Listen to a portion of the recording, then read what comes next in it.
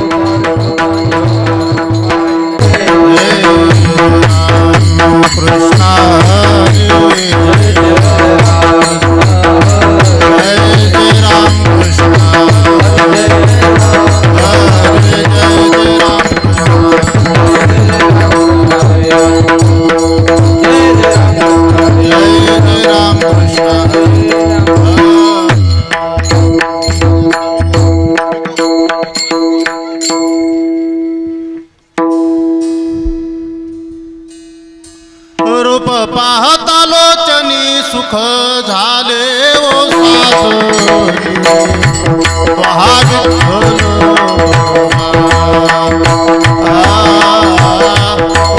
माधव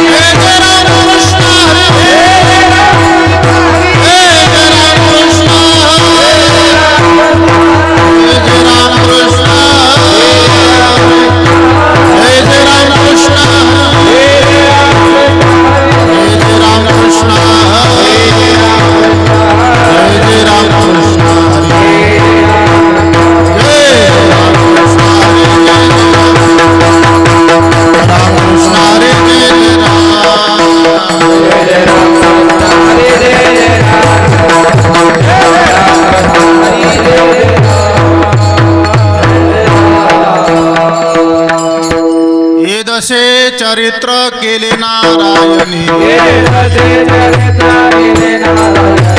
दशे चरित्र केले नारायणी अंगता बोधने राखिता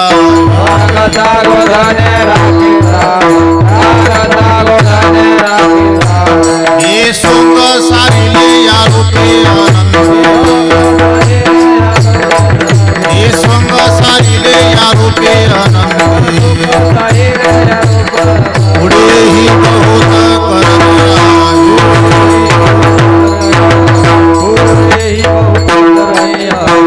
आहे तुका म्हणे धर्म संस्थापने आहे तुका म्हणे धर्म संस्थापने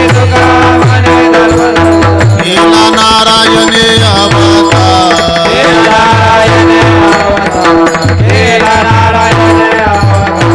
आजीवानी तुझे वर्णी गुणना आजीवानी तुझे वर्णी गुणना ऐसे जय प्रेम काही धडा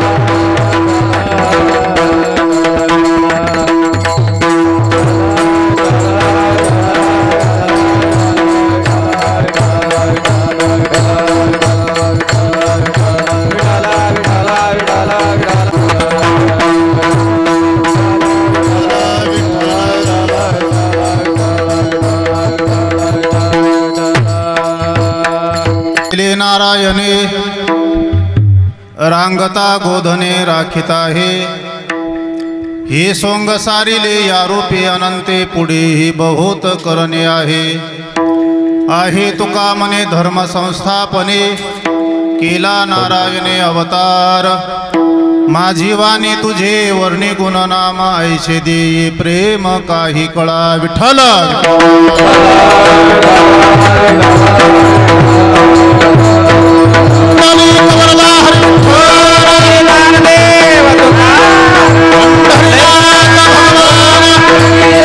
ज्ञानेश्वर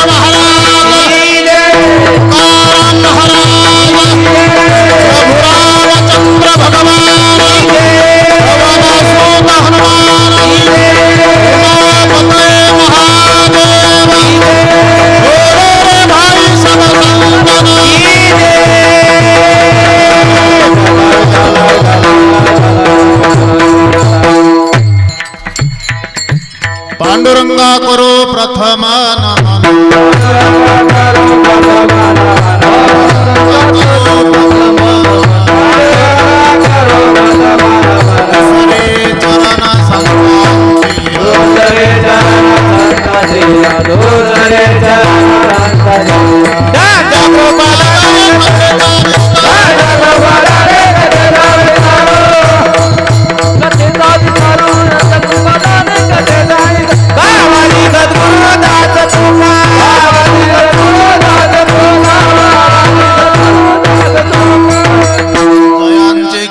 स्मरण होय सकळ विद्याचे अधिकरण तेचे वंदो श्रीचरण श्री गुरूंचे ते नमस्कारून आता मस्तक हे पायावरी या वारकरी संतांच्या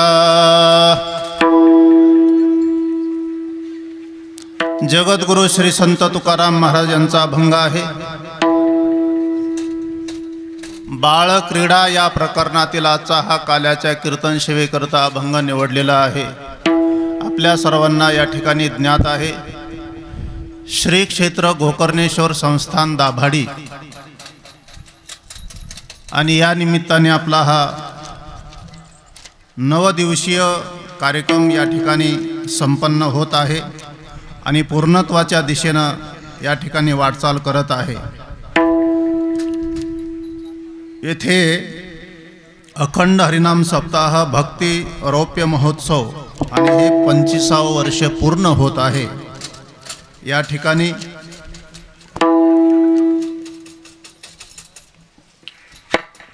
गोकर्णेश्वर संस्थान तथा पंचक्रोशीतील सर्व गावकरी भजनी मंडळी दाभाडी तसेच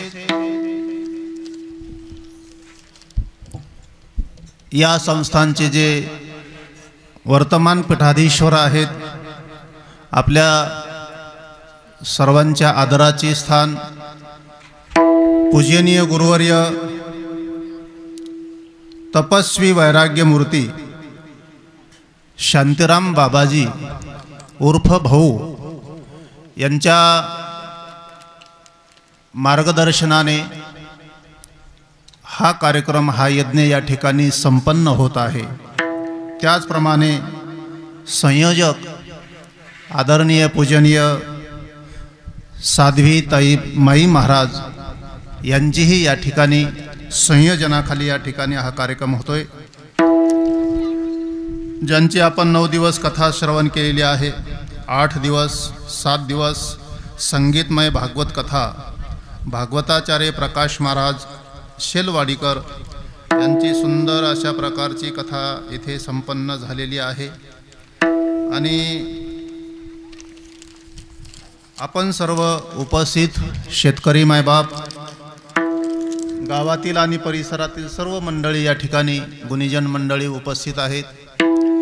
ज्यांचा मृदंग अत्यंत चांगला आहे आणि समर्पक व्यवस्थित ज्याची एक पकड असते वाजवण्याची ती अत्यंत सुंदर आणि तालबद्ध अशा प्रकारची आहे. ते आदरणीय हरिभक्तीपरायण मनोज महाराज माने मनोज महाराज माने अत्यंत सुंदर अशा प्रकारचं एक प्रकारे वादन आहे. हरिभक्तीपरायण गायनाचार्य ज्यांनी चाल म्हटलेली आहे अर्जुन महाराज आणि वामन महाराज देवबाप्पा गोड अशी चाल यांनी म्हटलेली आहे. सर्व गावातील आणि परिसरातील या ठिकाणी भजनी मंडळी आहेत. छोटे महाराज आहेत, एक छोटे महाराज आहेत, त्याचप्रमाणे विनेकरी महाराज, चोपदार महाराज आणि आपण सर्व शेतकरी मायबाप, त्याचप्रमाणे स्वामी मनीषानंद महाराज धानोरा ढेकेश्वर संस्थान काकडेवाडी, दुसरे पुन्हा स्वामीजी या ठिकाणी बसलेले आहेत. अरविनंद महाराज खामगाव, गहिनीनाथ नवनाथ आव्हान खामगाव. तर अशा प्रकारे या ठिकाणी काय आहे, आपण सर्व मंडळी या ठिकाणी भगवान परमात्मा जशी बुद्धी देतील, भगवान गोकर्णेश्वर महाराज जशी आपल्याला बुद्धी देतील तसं आपण अभंगाचा चिंतन करण्याचा प्रयत्न करूया. परमपूजनीय बाबाजी भाऊ जशी प्रेरणा देतील त्याप्रमाणे या ठिकाणी या अक्षरावरती सेवा करण्याचा आपण प्रयत्न करूया. विठ्ठल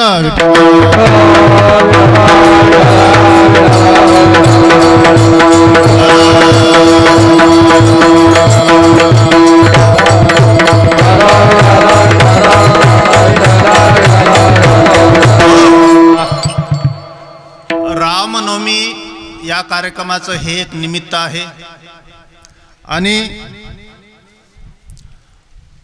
काल्याच्या प्रसंगामध्ये जो अभंग निवडलेला आहे या अभंगाचा भाव असा आहे की जगद्गुरु तुकाराम महाराज म्हणतात, भगवान परमात्म्यानं 2 दशेमध्ये चरित्र केलेलं आहे. रांगत असताना आणि गोधने चारत असताना, रांगत असता आणि गोधने चारताना असे 2 दशेमध्ये चरित्र केलेलं आहे. हे चरित्र गोकुळातलं आहे, वृंदावनातलं 14 वर्षाचं चरित्र आहे. पण भगवान परमात्म्यानं पुन्हा या विषयाचा त्याग करून, बालविषयाचा त्याग करून पुन्हा मथुरेमध्ये गेलेले आहेत आणि अनेकानेक तिथे कार्य केलेले आहे. कंसांना मारणं आहे, उग्रसेनांना राज्य देणं आहे इत्यादी. हे सर्व कार्य, हे जे सोंग होतं गोकुळातलं, महाराज म्हणतात की हे सोंग टाकून दिलेलं आहे आणि पुन्हा मथुरेमध्ये गेले. आणि धर्माचं कार्य करण्यासाठी जगद्गुरु तुकाराम महाराज म्हणतात की पुन्हा मथुरेचा त्याग केलेला आहे. द्वारकेमध्ये गेले. 14 वर्षे गोकुळ वृंदावन, 11 वर्षे गोकुळ वृंदावन, 14 वर्षे मथुरेमध्ये आणि 100 वर्षे द्वारकेमध्ये. हा सर्व कार्यकाल महाराज म्हणतात की धर्म संस्थापनेसाठी या ठिकाणी देवाने केला आहे. आहे तुका म्हणे धर्म संस्थापने केला नारायणे अवतार, माझी वाणी तुझे वर्णी गुण नाम, ऐसे देई प्रेम काही कळा. असा या ठिकाणी या अभंगाचा भाव आहे. या ठिकाणी आपल्या सर्वांना ज्ञात आहे, गेली 20-25 वर्षाचा कार्यकाल या संस्थांचा. आदरणीय पूजनीय आपल्या सर्वांचे जे लाडके आहेत भाऊ, जे मला माझ्या मोठ्या भावाच्या ठिकाणी आहेत, यांचं 24 वर्षाचं तप, 14 वर्षाचं मौन, थोडं मागं पुढं होऊ शकतं माझ्याकडून सांगण्यामध्ये. ही जी त्यांची तपस्या आहे आणि त्याचप्रमाणे या कार्यक्रमाच्या ज्या संयोजक आहेत आदरणीय पूजनीय साध्वीजी महाराज, ताईमाई महाराज, यांचंही 18 वर्ष म्हणजे 1.5 तप उपवास यांनीही केलेला आहे, तपस्या केलेली आहे. भाऊंचं 14 वर्षे मौन, रामनवमी आणि भगवान श्रीरामजींचं 14 वर्षे वनवास. असा हा ताळमेळ इथे दिसतोय. आणि 24 वर्षाचा उपवास, ही यांची तपस्या. खऱ्या अर्थाने ही तपस्या आज या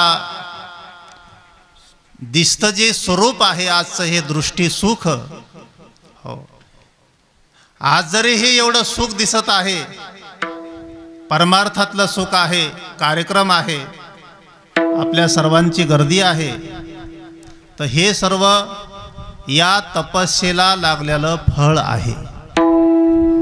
काय आहे? फळ आहे.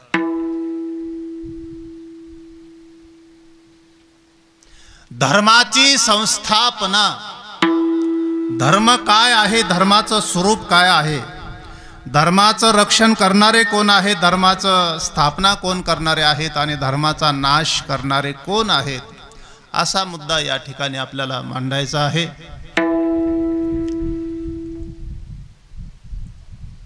या तपस्येचे भाऊंचे 25 वर्ष पूर्ण होते. 25 वर्षे या ठिकाणी पूर्ण झालेले आहेत. त्यांच्या साधनेचा, उपवासाचा, तपस्येचा हा रौप्य महोत्सव आहे. बरोबर ना देवप्पा? बरोबर. हो, या साधनेला 25 वर्ष पूर्ण झालेले आहेत. तपस्येला पूर्ण झालेले आहेत 25 वर्ष. आणि साधनेचा आता पहा, सप्ताहाचा रौप्य महोत्सव नाही हा. गावगावानं सप्ताहाचा रौप्य महोत्सव असतो, पण हा यांच्या साधनेचा आहे. विठाला विठाला.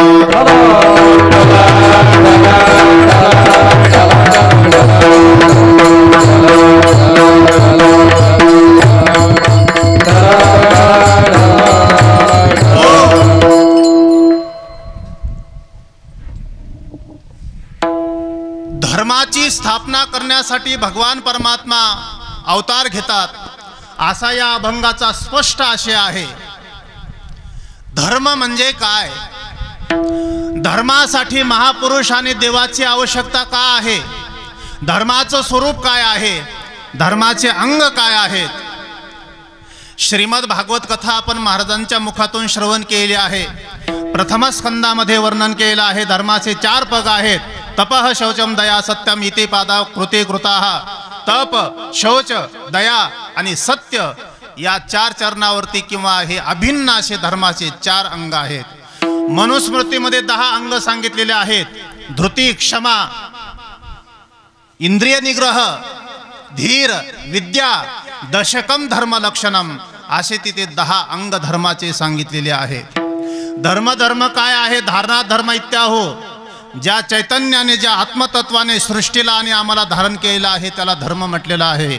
धर्माची तो मूर्ती, पाप पुण्य तुझे हाती. हा धर्म आता लक्षात घ्या. धर्म ही दिसणारी वस्तू नाही, इंद्रिय गोचर नाही, हाताने त्याचा स्पर्श होणारा नाही, डोळ्याने पाहता येत नाही, कानाने ऐकता येत नाही. याला म्हणतात अतिंद्रिय आहे धर्म. धर्म अतिंद्रिय आहे, निराकार आहे, निर्गुण आहे. मग जी वस्तू दिसत नाही, जी वस्तू निर्गुण आहे, निराकार आहे, ती आमच्या काय कामाची? जिची कोणतीच ओळख नाही ती आमच्या काहीही कामाची नाही. पण धर्माशिवाय जगाची व्यवस्थित घडी बसू शकत नाही. अगा स्वधर्म जरी लोपला असं म्हटलेलं आहे ज्ञानेश्वरीमध्ये, तरी सर्व सुखाचा थारा मोडला.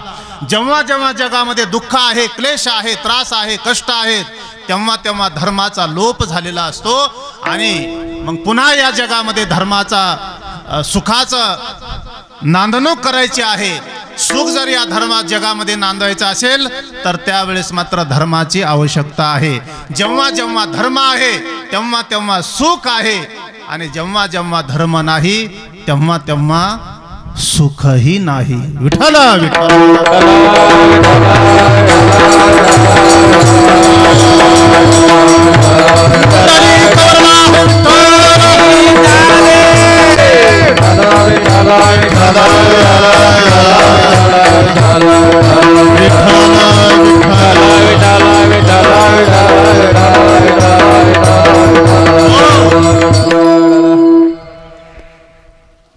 आणि मग धर्म नाही तर सुख आणि समाधान नाही, शांती नाही. म्हणून तुम्हामासाठी जगासाठी सुखाची, शांतीची, समाधानाची खूप गरज आहे. मग शांतीची, समाधानाची गरज भागवायची असेल तर त्यासाठी धर्म आपल्यामध्ये नांदवणं हे अत्यावश्यक आहे. मग हा धर्म तुम्हामासाठी समाज उन्मुख करण्यासाठी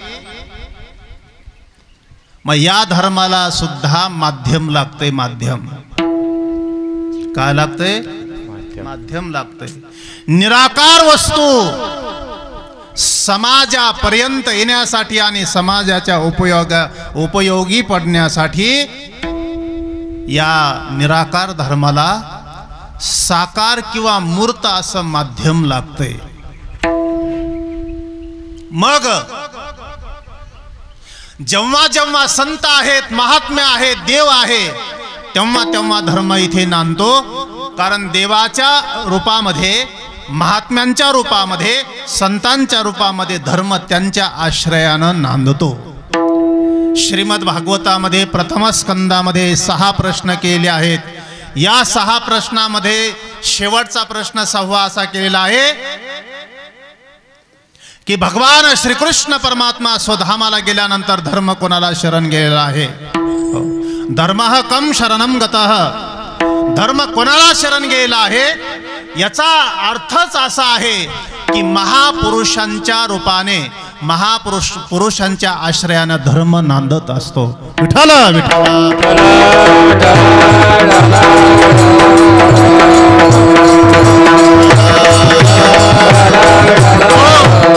मी सांगतोय ते आपल्या लक्षात येतंय ना.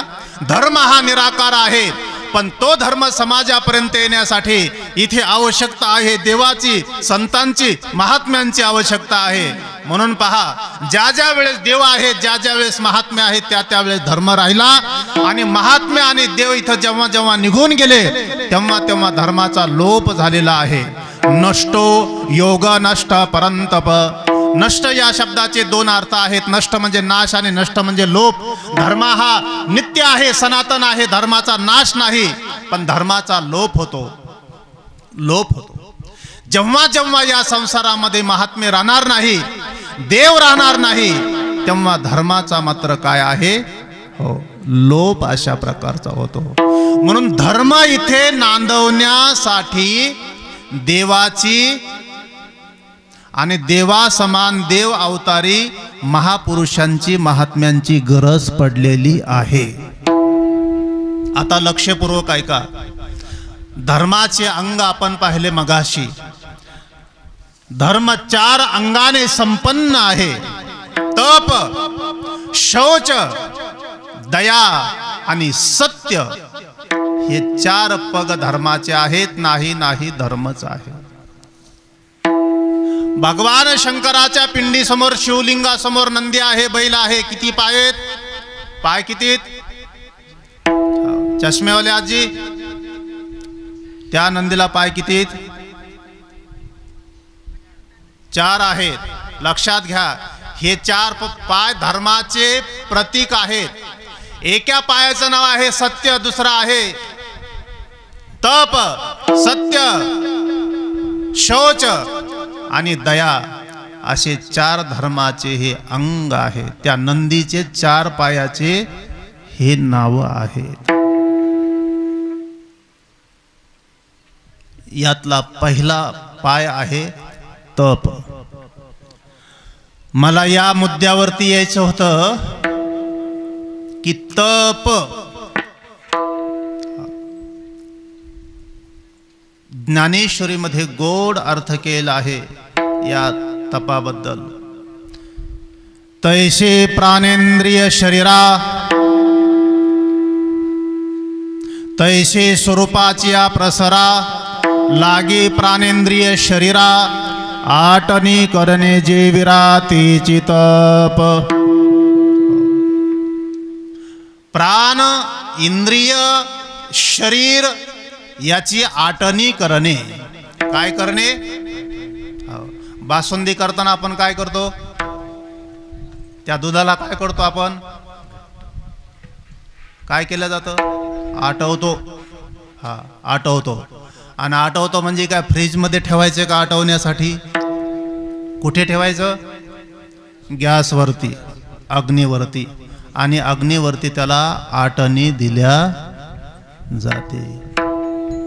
आत्मप्राप्तीसाठी, परमेश्वर प्राप्तीसाठी शरीर, इंद्रिय, मन समस्त आपल्या भावना जाळून टाकणे, ज्ञानेश्वरीमध्ये त्याला तप म्हटलेलं आहे. आणि असं जे तप आहे, हे तप भाऊंनी 24 वर्ष केलं, 25 वर्ष केलं, 14 वर्षे मौन. हाच त्या धर्माचा आणि तपस्येचा एक अंग आहे.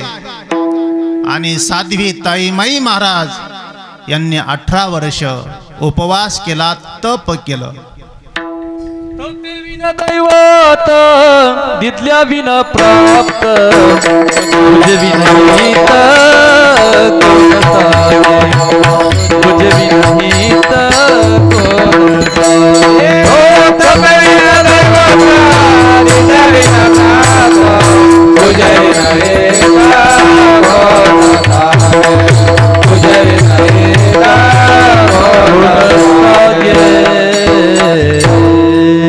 धर्माची स्थापना, या धर्माचे अभिन्न अंग ज्याला धर्म म्हणून संबोधल्या जातं, यामध्ये तप हा एक घटक आहे.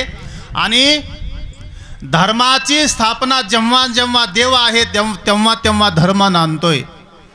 जेव्हा जेव्हा महात्मे आहेत तेव्हा तेव्हा त्यांच्या रूपाने धर्म नांदतो. आणि मग हा धर्म काय आहे? भागवतामध्ये तपस्या हे धर्माचं एक अंग सांगितलेलं आहे. आणि महापुरुष केवळ माईकवर समोर नारदाच्या गादीमध्ये काल्याच्या कीर्तनामध्ये केवळ बोलत नाहीत, तर तपस्या मूर्तिमंत काय आहे हे त्यांच्या वागण्यातून दाखवतात. कीर्तनकार लोक फक्त बोलतात, समजते ना आपल्या? कीर्तनकार फक्त बोलतात, पण महात्मे तसं जगतात. केवळ पोपटपंची बोलणं योग्य का तद अनुसरून वागणं योग्य? प्रश्न समजला का? पुन्हा एकदा हाच प्रश्न विचारू. तपस्येचं केवळ पोपटपंची सांगणं हे श्रेष्ठ का त्या तपस्यासारखं जगणं हे श्रेष्ठ? काय श्रेष्ठ आहे? जगणं श्रेष्ठ आहे. आमच्यासारखे लोक खूप सांगतील, तुम्ही अशी धरून आणल्यासारखं बेस्ट ऐकता लगे असं जांभळी देणार नाही कोणी, काही नाही काही नाही काही नाही, खूप वर्णन केल्या जाऊ शकतं. पण तसं जीवन काढणं खूप कठीण आहे. हे ज्याला जमलं मग त्यांना म्हणतात महात्मा. काय म्हणतात? कीर्तनकार वेगळे आणि महात्मा वेगळे. कीर्तनकारांचा घरच्या लोकांशी संबंध असतो, त्यांचं आडनाव पुढे येतं. जे महात्मे असतात, भाऊंचं नाव पत्रिकेवरती मला वाटतं आडनाव नाही त्यांचं पुढं आहे का? सोबदार महाराज नाही. साध्वी आमच्या ताईमाई महाराज यांचं आडनाव आहे का पुढं? चांगलं पाहिलं का? पण हा महात्मा त्याला म्हणतात की ज्याच्या जातीचा, कुळाचा, गोत्राचा, मायबापांचा आणि रक्ताच्या नात्याचा संबंध राहिला नाही, असं श्रेष्ठ जीवन आहे महात्मा. महात्मा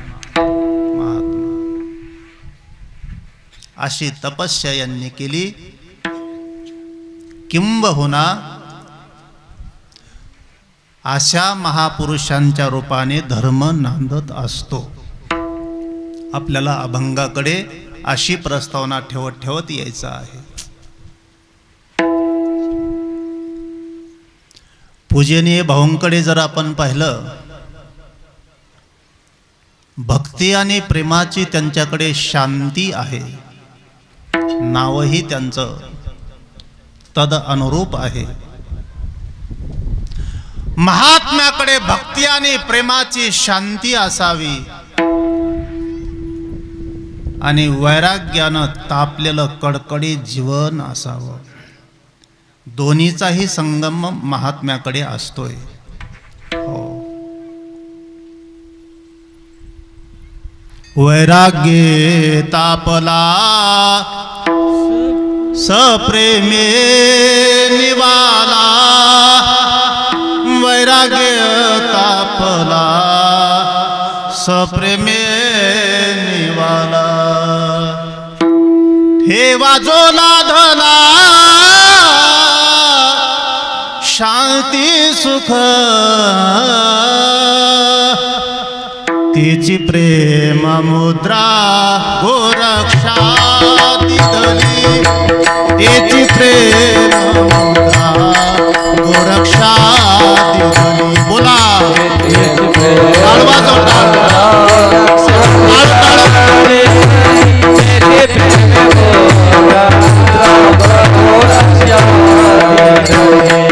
पूर्ण कृपा केली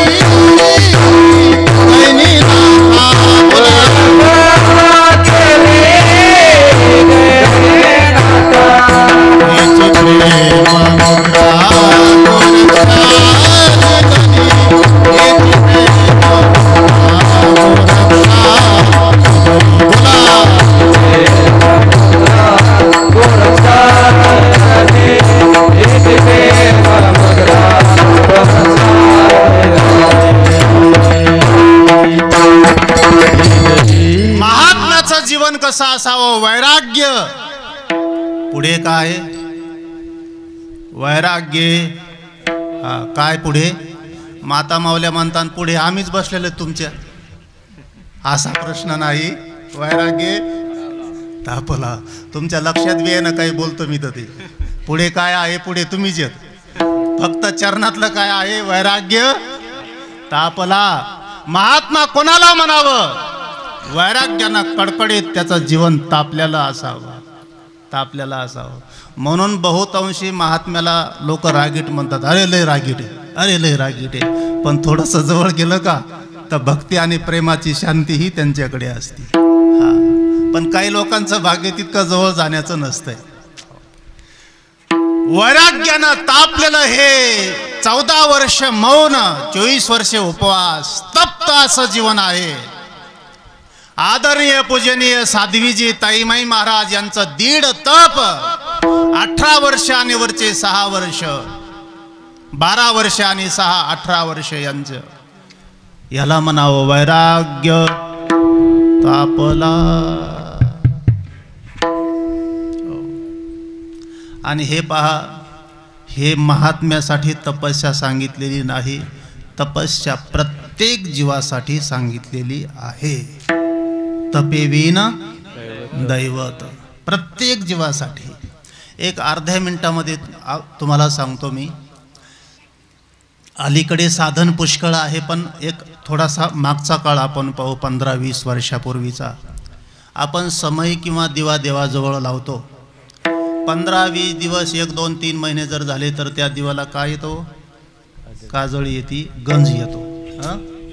याला शुद्ध करण्याचं, पुन्हा जशी वस्तू आहे तशी चमक देण्याचं साधन अलीकडे जरी अनेक साधन आहे. आपण ते पितांबरी म्हणा किंवा काय लिंबू असेल ते, पण याहीपेक्षा जुन्या काळातलं साधन कोणतं होतं?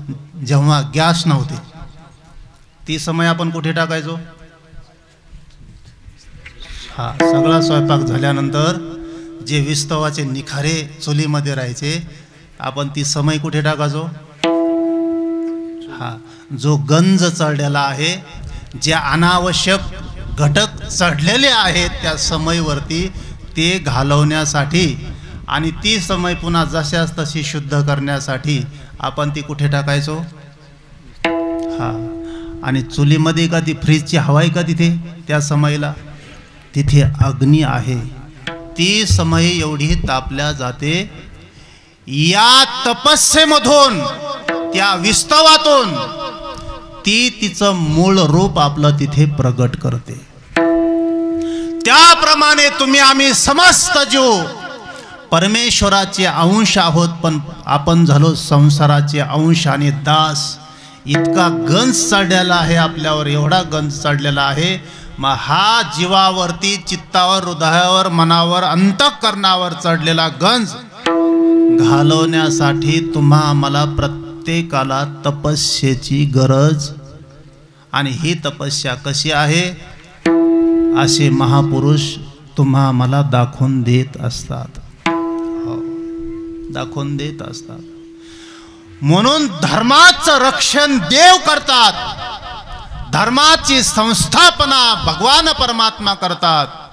रामो विग्रहवान धर्मः.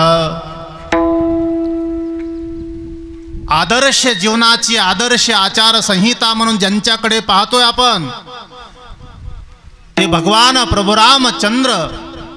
रामो विग्रहवान धर्मः. राम हे साक्षात धर्माचं मूर्तिमंत स्वरूप आहे. देव धर्माची स्थापना करतात. यदा यदा हि धर्मस्य ग्लानिर्भवति भारत अभ्युत्थानम अधर्मस्य तदात्मानं सृजाम्यहम. याचाच अनुवाद तुलसीरामानामध्ये केलेला आहे. जब जब होई धर्म की हानि बाढ़ई असुर अधमाभिमानी तब तब धरि प्रभु विविध शरीरा हरहि कृपा निधि सज्जन पीरा. मंगल भवन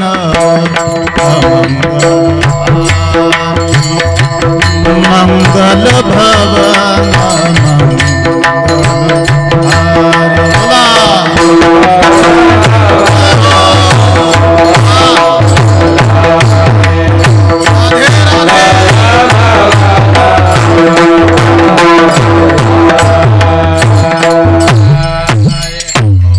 जब जब होई धर्म की हानी. देव धर्माचं रक्षण स्थापना करतात. धर्माची स्थापना देवानं केली, आता देवाचं काम संपलं. स्थापना केली, पण आता रक्षण करण्याचं काम आहे भाऊंसारख्या महात्म्यांकडे आणि साध्वी ताई माई सारख्या साध्वींकडे, आम्हा सर्व महात्म्याकडे त्या धर्माचं रक्षण करणं काम आहे. पुन्हा एकदा ऐका, देव धर्माची स्थापना करतात. संत महात्मे स्थापना केलेल्या धर्माचं रक्षण करतात, आणि पामर विषयी अधर्मी लोक त्या धर्माचा नाश करतात. विठ्ठल विठ्ठल.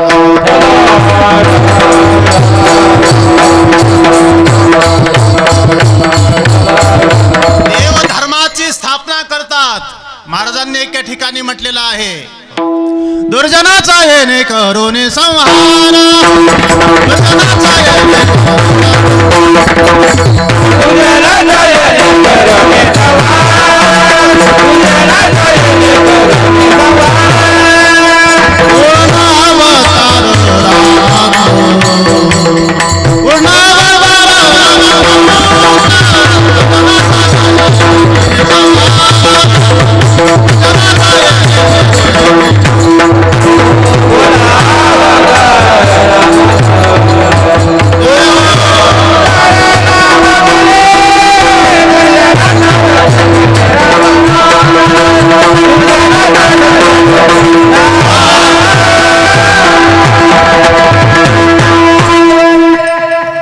मृदंगाचार्यांसाठी टाळ्या वाजवा एकदा. क्या बात. भाऊ असं सगळा ताळमेळ असला ना तर उल्हास येतो. आता रात्री असं होतं की माझं रात्रभर अंग दुखलं बघा. हा, पकवाजाचा मेळ नाही, त्या साऊंड सर्व्हिसचा मेळ नाही, मानणाऱ्याचा मेळ नाही. हो, आणि असा विस्कळीतपणा असला तर आपण काय मरमर करायची. 11:15 वाजून जातात सहज. आनंदाची गोष्ट आहे. हो, हा सर्व एक या जागेला भाऊची प्रसन्नता आहे, साध्वी ताईमाई यांची प्रसन्नता आहे, आणि आपण सर्व शेतकरी मायबाप तुमचीही या ठिकाणी सर्व प्रकाराने योगदान, आणि ही प्रसन्नतेनं अशी ही भूमी उठल्या जाते. म्हणून भगवान परमात्मा धर्माची स्थापना करतात. ही गोष्ट महाराज अभंगाच्या शेवटच्या चरणामध्ये वापरतात. आहे तुका म्हणे धर्म संस्थापने, आहे तुका म्हणे धर्म संस्थापने, आहे तुका म्हणे धर्म संस्थापने, केले नारायण अवतार.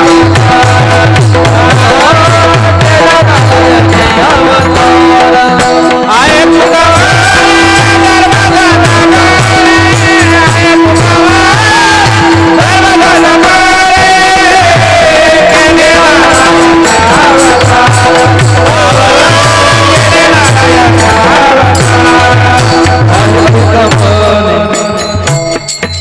वेळ कमी आपल्याकडे, तर या ठिकाणी महाराज म्हणतात आहे तुका म्हणे धर्म संस्थापने, केला नारायणे अवतार.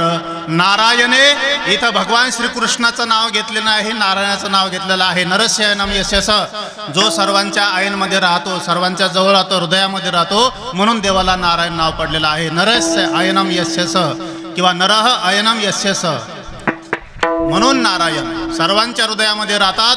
आयन म्हणजे राहणे, म्हणून देवाला नारायण हे नाव आहे.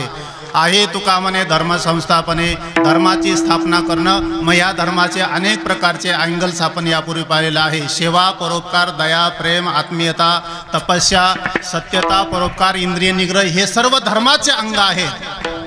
आणि हा धर्म या ठिकाणी या दोघांनीही इथे जिवंत ठेवलेला आहे, जिवंत ठेवलेला आहे. आदरणीय पूजनीय साध्वीजी महाराजांकडे जर आपण पाहिलं, ताई माईंकडे जर पाहिलं, तर मला एक अभंगाचं चरण खूप तुकडा आवडतं बघा. त्यांच्याकडे पाहिलं की ते तिथं फिट बसतंय. हो, कधीही त्यांना फोन करावं की त्यांनी ते बाकीचं सांगावं की खोकड्याला पाणी टाकलं, मांजरीला हे दूध टाकलं, आमकं हे टाकलं, पक्षाला दाणे टाकलेले आहेत, हे असं आहे, तिथं हा गाईला चारा आहे. हो, थोडीशी तुम्हाला गुपित गोष्ट सांगतो आमच्यातली. हा, आता हे लाईव्ह चालू आहे आणि मला बोलण्याचा अधिकार आहे, त्यामुळे मी घाबरत नाही. पण आमच्या जवळच्या आम्ही कीर्तनकार लेडीजसुद्धा अशा पाहिलेल्या आहेत की सकाळी त्या 10:30 वाजता उठतात. हो, 11:30 वाजता त्यांचा सकाळी ब्रश, हो, त्यांचे ते बाकीचे ढंग करता करता आरशासमोर 2.5 तास. कुठे खोकड्यान, कुठे ते गायान, कुठे पशुपक्षी. हे पहा, कीर्तन करणं वेगळं, पण प्रत्यक्ष हे एक एक तत्व जीवनामध्ये आणणं हे वेगळं आहे.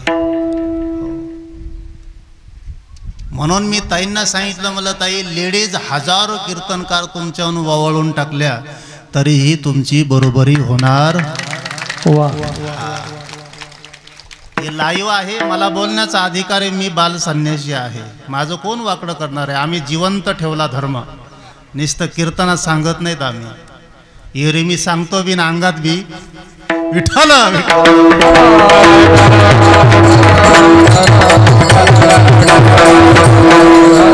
हो,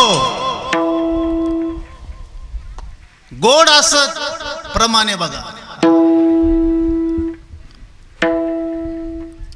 भूत दया गाई पशुचे पालन, भूत दया गाई पशुचे पालन.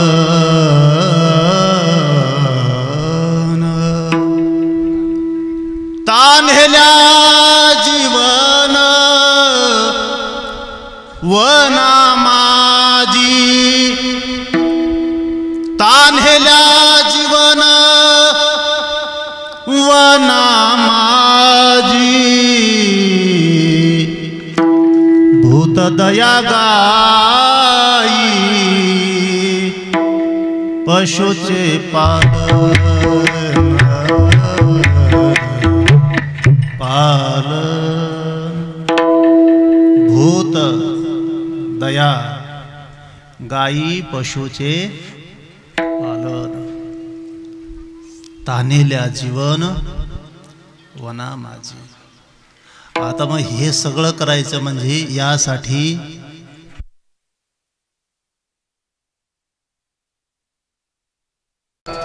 अशा प्रकारे भूतांवरती दया करणं, पशुपक्ष्यांवरती दया करणं, तान्हेलेल्यांचं जे जीवन आहे, भुकेलेल्यांचं जे जीवन आहे, जे मुके आहेत, बोलू शकत नाहीत, हो अशावरती दया, हे महात्म्यांचा हा धर्म आहे, धर्म आहे. हो आज जरी आमच्यासारख्यांना किंवा बाहेरून येणाऱ्यांना वाटतं हे सगळं किती व्यवस्थित आहे आणि आपण सर्व मंडळी जे सेवा करतात, तुम्ही सुरुवातीपासून इथे पाहिलेलं आहे, जे आम्हाला माहीत नाही पण आम्ही ऐकलेलं आहे. थोड्याशा एक झोपडीमध्ये राहणं, पाणी नाही जवळ, कोणतीच प्रकारची सुविधा नाही, पण अशा बिना सुविधेच्या मध्ये टिकून राहणं, 15-15, 20-20 वर्ष असं डोंगरामध्ये काढणं, हे ओरिजिनल महात्म्यांचं लक्षण आहे. सर्वभूती दया साधू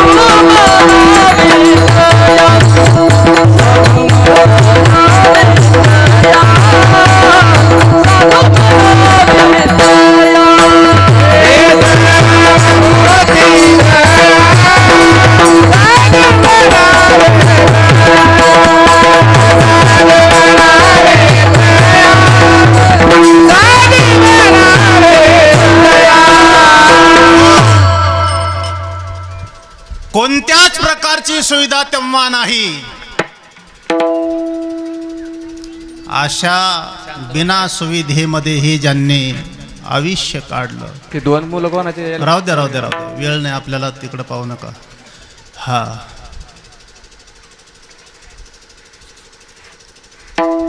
आज हे नावारूपाला आलेलं आहे, इवलेशे रोप, हो त्याचा वेलो गेला गगनावरी. ताटीच्या अभंगामध्ये आदिशक्ती मुक्ताबाई ज्ञानदादांना म्हणते, ज्ञानदादा अरे लोकावरती रुसायचं नाही, महात्म्याच्या जीवनामध्ये अगोदर लोखंडाचे चणे खावे लागतात आणि हे लोखंडाचे चणे खाल्ल्यानंतर मग ब्रह्मपदावरती महात्मा नाचत असतो. आज बाबाजींचं, भाऊंचं, ताईमाईंचं जे वैभव आहे, हे या वैभवाच्या पाठीमागे 15-20 वर्षाचा प्रवास असा आहे, ज्याप्रमाणे आदिशक्ती मुक्ताबाई महाराजांनी सांगितलं, ज्ञानदादा लोखंडाचे चणे महात्म्याने अगोदर खावेत आणि मग ब्रह्मानंदाचे तो महात्मा सेवन करत असतो. चणे खावे लोखंडाचे मग ब्रह्मपदी नाचे. अगोदर खूप त्रास सहन करावा लागतो. थोडंसं लक्षपूर्वक ऐका मायबापांनो, गृहस्थ जीवन आणि महात्म्यांचं जीवन किती अंतरे पहा. गृहस्थ जीवनामध्ये जसं जसं वय वाढतं तसं तसं तो निराधारतेचा अनुभव घेतो. सगळे जवळचे दूर दूर दूर दूर जातात आणि तो एकटाच राहतो. संसारामध्ये असा अनुभव आहे का अनुभव? पोरं जवळ राहत नाही, जवळच राहतात पण लक्ष देत नाहीत. सोनाही जवळ राहत नाही. तिरस्कृत होतो तो गृहस्थी. संसारिक वय जसं जसं वाढन तसं तसं संसारामध्ये समस्या वाढतात, पण महात्म्यांचं जसं जसं वय वाढन तसं तसं समस्या कमी कमी कमी कमी कमी कमी. आज भाऊजी शांत आहेत ना, हे सगळं एक एक एक एक एक एक कमी होत जातं. हे आहे महात्म्याचं जीवन. संसारामध्ये अनेक समस्या, वय वाढतं, अडचणी वाढतात, दुःख वाढतं, त्रास वाढतो. परमार्थामध्ये महात्म्याच्या जीवनामध्ये वय वाढतं तर प्रश्न आणि अडचणी सगळ्या आपोआप कमी कमी कमी कमी होत जातात. म्हणून आहे तुका म्हणे धर्म संस्थापने केला नारायणे अवतार. धर्माची स्थापना करण्यासाठी महाराज म्हणतात, गोकुळामध्ये त्यांनी बालवेशामध्ये क्रीडा केली, पण हे बालवेशातली क्रीडा सुद्धा सोंग त्यांनी काय केलेलं आहे, पुढं धर्माचं कार्य करण्यासाठी हे सोंग सुद्धा टाकून दिलेलं आहे. अभंगाचं दुसरं चरण आहे तो गाणे या रूपे हे सोंग सरीले या रूपे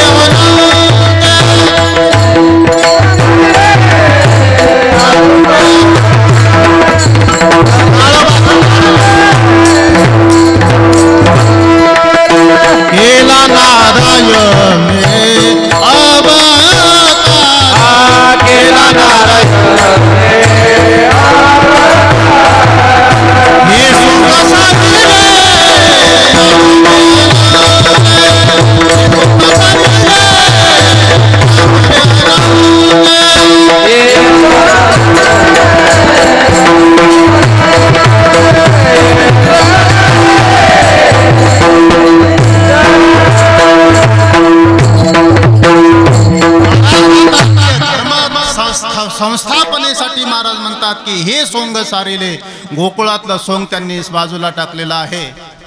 बासरी, कांबळी, चोऱ्या करणं हे सगळं सोंग बाजूला टाकलेलं आहे. आणि भगवान परमात्म्याने सोंग बाजूला सारून मथुरेमध्ये येतात. हे सोंग सारिले या रूपे अनंते. सोंग कधी असतं कधी नसतं. सोंग हे बनावटी आहे. वेदांत शास्त्रामध्ये याला कुटस्थ लक्षण म्हटलेलं आहे. श्रीकृष्ण परमात्म्याच्या अवताराकडे निर्देश केलेला आहे सोंग या शब्दाने, ते तटस्थ लक्षण आहे. कादाचित द्विसते व्यावर्तकत्वम इति असं वेदांतामध्ये त्याची चर्चा केलेली आहे. कधी असतं आणि कधी नसतं त्याला म्हणतात तटस्थ लक्षण. अनंत या शब्दाने सांगितलेलं आहे. देश काल वस्तूने जो अमर्यादा आहे, अनंत आहे, त्याला अनंत या नावाने संबोधलेलं आहे. न व्यापित्वा देशतंतो नित्यत्वानापि कालतः न वस्तुतोपि सर्वात्म्यात अनंत्यम ब्रह्मणे त्रिधा वगैरे अनंत शब्दाने असा निर्देश केला आहे. हे सोंग सारिले या रूपे अनंते. पुढेही बहुत करणे आहे. महाराज म्हणतात पण यापूर्वी त्यांनी काय केलेलं आहे. अभंगाचं पहिलं चरण. ये तसे चरित्र केले नारायण,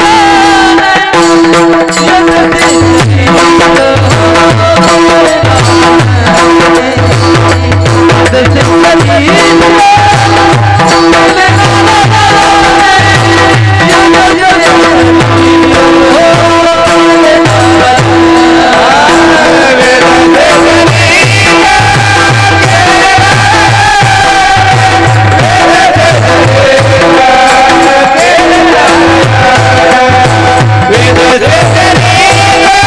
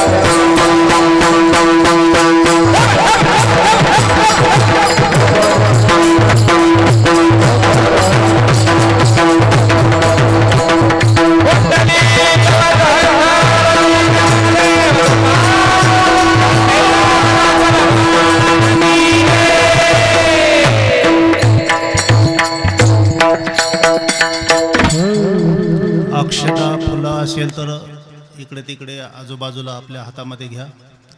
अक्षदा असेल तर 2 मिनिट राहिले राम जन्मोत्सव साजरा करण्यासाठी. ते फुलं वाटत आहे ना.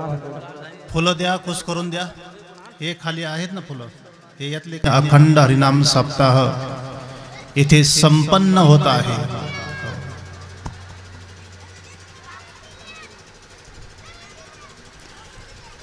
धर्माची स्थापना करण्यासाठी गाय, साधू, संत, गोर गरीब आणि जड जीवांचा उद्धार करण्यासाठी भगवान परमात्मा पूर्ण अवतार रामकृष्ण अशा प्रकारे या ठिकाणी आणि भगवान परमात्मा प्रगट झालेले आहेत.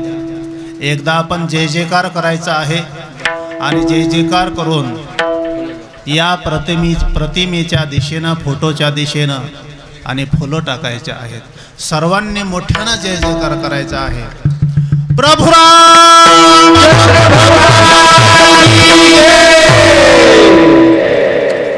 पवन सुत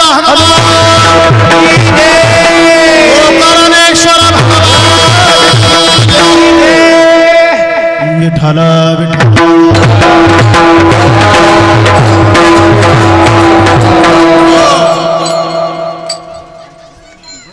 एक मिनिटामध्ये आपण भगवान श्रीकृष्णाचं चरित्र पाहूया. यानंतर या चरित्रानंतर भाऊंचा जो तुला कार्यक्रम आहे तर तो कार्यक्रम या ठिकाणी नंतर संपन्न होईल आणि त्यानंतर मग दही हंडीचा कार्यक्रम होईल.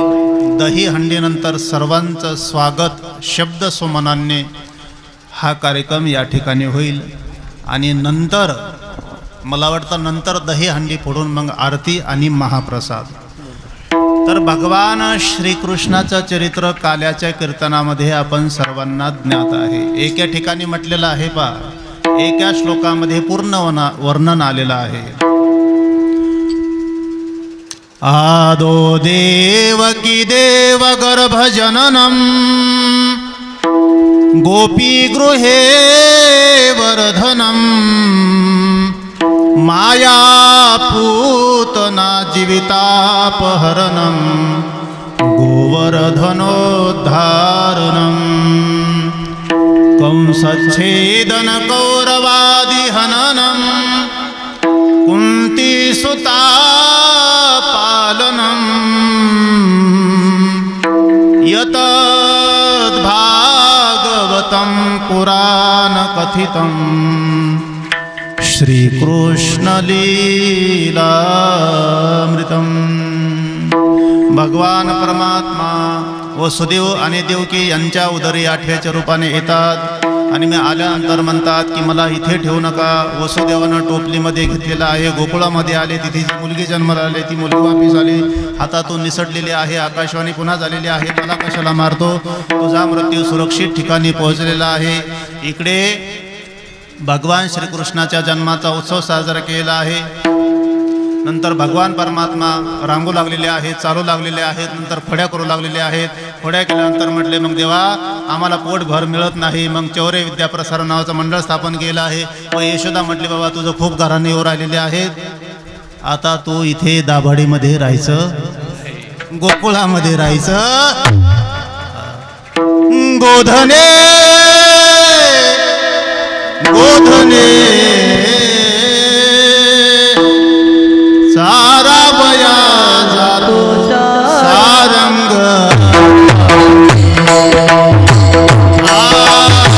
सारा बया जातो सारंग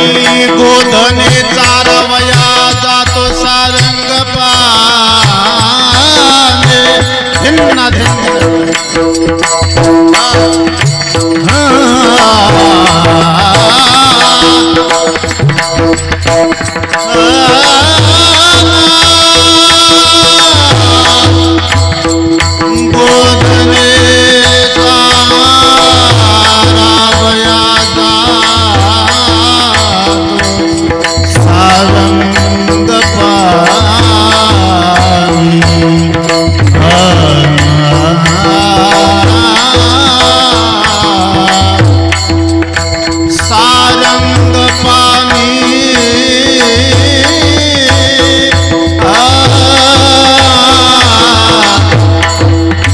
सारंग पाणी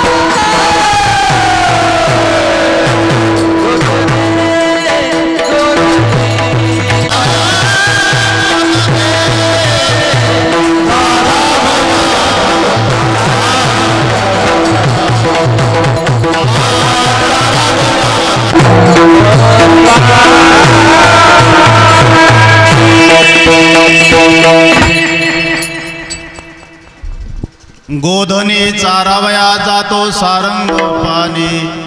देवाने त्या ठिकाणी गाया चारलेल्या आहे। या गायाच्या संबंधाने त्या ठिकाणी 175 गाया आणि बंधक असणाऱ्या त्या सोडून कसायापासून सोडून त्यांचं पालन पोषण त्या गायांचं करतात। दूध काढत नाही म्हणजे डेअरीलाही जात नाही. हो, बांधलेल्या नाहीत. हो, आदरणीय वकील साहेब, मिसाळ साहेब जे आजच्या मांडव्याचे आहेत, वकील साहेब आजच्या कीर्तनाचे ते यजमानही आहेत आणि अशा प्रकारे त्यांचं कार्य आजच्या कीर्तनाचे यजमान सुद्धा ते आहेत वकील साहेब. हो, तर देवाने गाया सांभाळलेल्या आहेत, भुका लागलेल्या आहेत, तुम्हा आम्हाला सुद्धा भुका लागलेल्या आहेत. ही भूक आहे भक्ती आणि प्रेमाची भूक आहे. सर्वांच्या शिदोऱ्या एकत्रित केलेल्या आहेत. यानंतर आपण दहीहंडीचा कार्यक्रम या ठिकाणी संपन्न करायचा आहे. त्या अगोदर गुरुपूजन, भाऊंचा गुरुपूजन सोहळा, नंतर तुला कार्यक्रम, तो कार्यक्रम झाल्यानंतर दहीहंडीचा कार्यक्रम, दहीहंडीचा कार्यक्रम झाल्यानंतर तत्पूर्वी शब्द सुमनाने सर्वांचं स्वागत, नंतर दहीहंडी आणि आरती आणि मग महाप्रसाद. आता गुरुपूजन सोहळा आणि नंतर तुला कार्यक्रम. घ्या माईक द्या, देवबाप्पाकडे माईक द्या.